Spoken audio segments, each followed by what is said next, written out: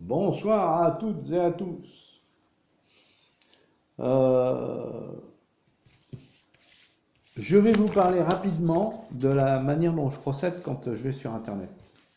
Alors peut-être que ça enfin, n'intéressera peut-être pas de certaines personnes, mais je tiens à vous en parler. Ici, j'ai un ensemble de documents, j'ai 15 pages. D'accord. Pour obtenir ces 15 pages, j'ai passé à peu près une semaine pour essayer de trouver les bons sites. J'ai trouvé 1, 2, 3, 4 sites principalement. Mais celui qui m'a le plus surpris, c'est celui-là.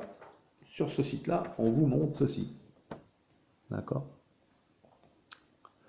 Ça, c'est la courbe du taux de CO2 dans l'air que nous rejetons depuis le XVIIIe siècle. Et si vous remarquez bien, ici, ça prend une courbe qu'on appelle une exponentielle, c'est-à-dire qu'on ne maîtrise plus rien.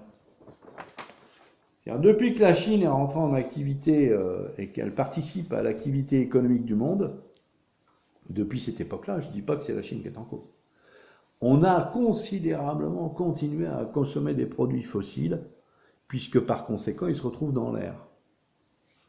Il faut quand même que les sceptiques comprennent que plus le taux de CO2 monte, plus la température de la surface du globe monte. C'est lié. Les deux courbes sont liées. Il y a même des carottages qui ont été faits dans le Groenland et en Antarctique pour essayer de vérifier effectivement comment était ce taux de CO2. Et il faut que vous sachiez une chose, c'est que le taux de CO2 dans l'air, il est depuis très très longtemps à 280 ppm. Il est remonté, je crois, la première fois, il y a 2 millions d'années. Mais moi, c'est surtout la période 250 millions d'années qui m'intéresse, parce que ça a été l'extermination la plus forte de toute l'histoire animale à l'époque, il y a 250 millions d'années. Il y a eu une forte éruption volcanique à l'époque. Les continents n'étaient pas disposés de la même manière qu'aujourd'hui. Je ne sais pas comment ils s'appelaient, si c'était la Pangée ou autre chose. Et comme ils étaient continuellement en permanence en mouvement, du côté de la Sibérie, justement, il y a eu de fortes éruptions volcaniques qui ont répandu dans l'atmosphère une quantité de CO2 qui est passée en 100 000 ans, en plusieurs centaines de milliers d'années, pas nous en 2 siècles, parce que nous en 2 siècles, on a augmenté notre taux de ppm de 180 à 420. Non, on est très très fort. L'homme est extraordinairement puissant. Là, le taux de CO2 est monté de 280 ppm. On pense que c'est 800 000. Quand on a fait des carottages, on arrivait à peu près à trouver ces chiffres-là. Il faut que vous sachiez qu'avec 1000 ppm, à l'époque, 95% des espèces dans les océans ont disparu. C'est grosso modo les proportions que j'ai. C'est soit de ce côté-là, soit de l'autre. Il faudrait vérifier. Et 75% des espèces vivant sur Terre sont disparues aussi. D'accord? Ça a été particulièrement violent. Mais ça s'est étalé sur des centaines de milliers d'années. Pour ce qui nous concerne, nous, en 2 siècles, on est passé de 280 à 420 ppm. Il faut que vous sachiez aujourd'hui, en janvier 2021, février 2021, que le taux de CO2 dans notre atmosphère, il est de 420 ppm. D'accord? En 2050, si on continue comme ça, à ce rythme-là, il sera de 500 ppm.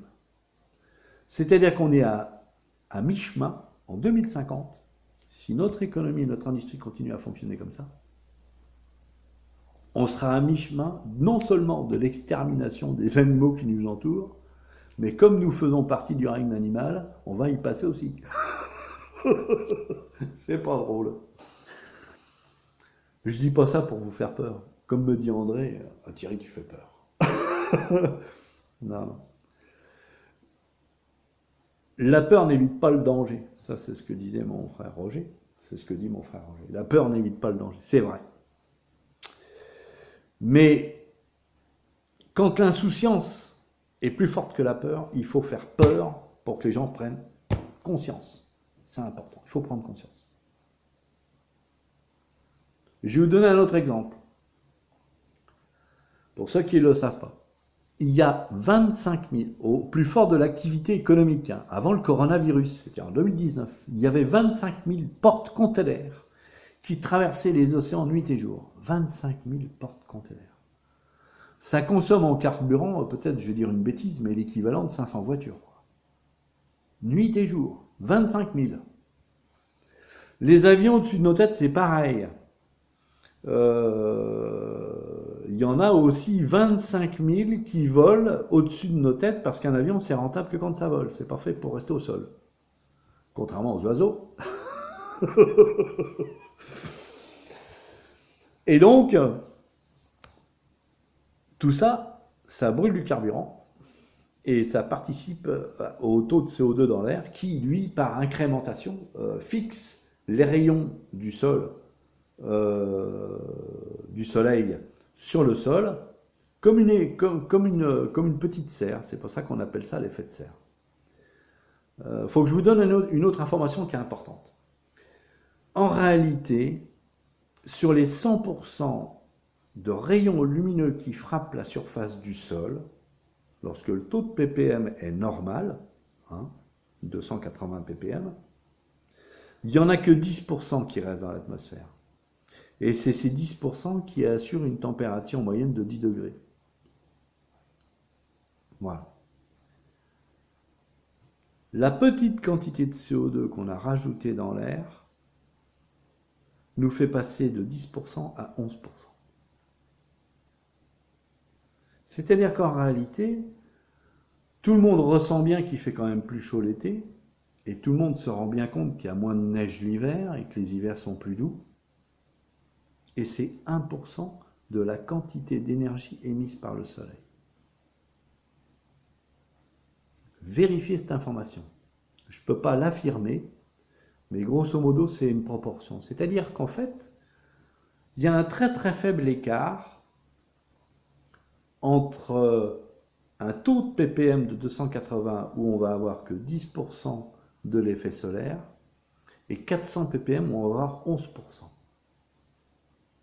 Les 175 ppm de CO2 qu'on a rajouté dans l'air ne retiennent que 1% d'énergie solaire supplémentaire. Vous vous rendez compte? Vous vous rendez compte de la subtilité et de la sensibilité dans laquelle on est? Et ça, moi, ça me fait réfléchir.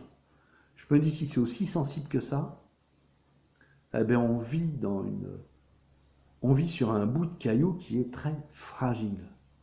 Très fragile. Regardez ce que voient les astronautes quand ils sont dans l'ISS. Quand vous regardez le profil de la Terre, il y a une espèce de petite couche bleu clair qui fait 8 km d'altitude, hein, qui est plus fine qu'une coquille d'œuf. Si on n'a pas cette petite pellicule, on n'existe pas. Et voilà pourquoi moi je me suis intéressé en 2015 à ces histoires de réchauffement climatique. Je ne veux pas dramatiser la situation avec le méthane. Parce que si effectivement la quantité de méthane qu'on estime en sous-sol, en Russie, est vraie, si cette quantité de méthane telle qu'on l'a définie, hein, à savoir 30 000 milliards de tonnes, c'est vrai, je veux pas alourdir la situation et plomber l'affaire. Pour revenir à ma recherche sur Internet, je vais changer de sujet, puis après j'arrêterai. Quand vous allez sur Internet, il faut éviter de digresser. C'est très très dur à faire. Hein. Vous savez, on dit par exemple, tiens, je vais chercher des choses sur le réchauffement climatique, le taux de CO2. On tape taux de CO2, puis tape, on a la première règle, puis taux de CO2, on voit Ferrari F40. Oh, t'as vu la voiture? Super. Et tac, ça y est, c'est parti. Moi aussi, je suis pareil. J'ai le même problème. C'est très très dur. C'est pour ça que, en général, quand je fais une recherche comme ça sur Internet, je le fais morceau par morceau. C'est-à-dire que je vais passer une petite heure, et si je vois que je perds mon temps, je laisse tomber et je repars le lendemain. Parce que sinon on digresse, on n'en sort plus. C'est un peu comme une brocante. Vous voyez, vous avez une petite brocante près de chez moi à Montaigu qui s'appelle la Valoreterie. Vous y allez en vous disant, tiens, je vais y voir pour une paire de chaussures, parce que moi j'aime bien donner une deuxième vie aux objets. Je le fais pas parce que je suis radin, je le fais parce que j'ai envie de me faire plaisir d'une autre manière. Et puis je rends service à ces objets qui finiraient à la poubelle, et moi ça je le veux pas. Je suis un anti-déchet. Bref.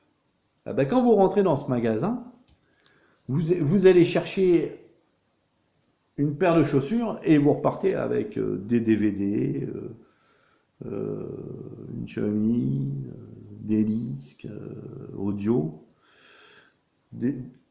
rien de ce que vous avez prévu. Et sur Internet, c'est exactement la même chose.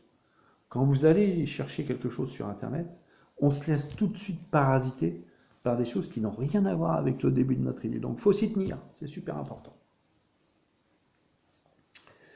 Eh bien voilà, ben, ça sera tout pour ce soir. Et puis je vais réfléchir à la diffusion de cette vidéo. Et j'attends de votre part, pas spécialement des commentaires, mais des vues, ça me suffira. Simplement des vues. S'il y a des vues, moi je continue. Voilà. Je vous souhaite une bonne soirée.